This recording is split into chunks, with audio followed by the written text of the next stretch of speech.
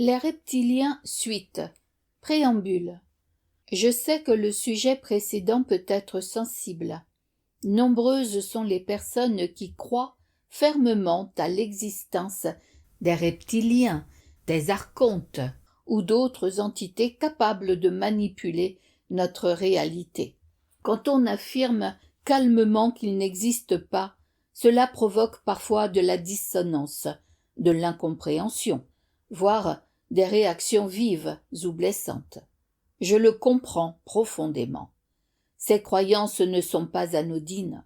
Elles tentent souvent d'expliquer la souffrance, le chaos du monde et le sentiment d'être manipulé. Elles font partie du chemin de recherche sincère de beaucoup d'êtres. C'est dans cet esprit de bienveillance que je souhaite partager avec vous une réflexion du Christ, Jéshua, plus profonde sur ce sujet.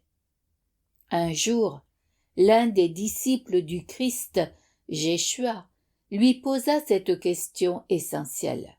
« Et toi, Jéshua, ton âme serait-elle du temps et de l'espace?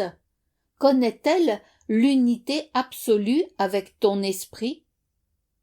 Le maître resta longtemps en silence, puis murmura ces paroles.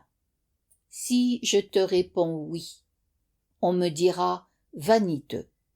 Et si je te dis non, on me demandera au nom de qui prétends-tu alors parler? Le juste se déplace entre les rayons du soleil et les éclairs de l'orage. Vois-tu?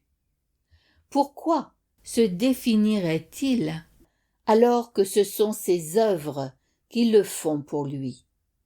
Ainsi donc, je t'affirme que je suis et que cela te suffise.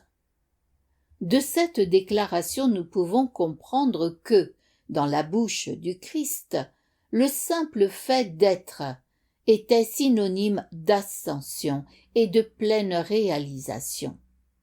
Avant d'atteindre cette réalité pure, il n'y avait pour lui que l'illusion, un état transitoire de la conscience qui s'invente des mondes, des formes, des identités et des histoires complexes, toujours en quête de sa véritable origine.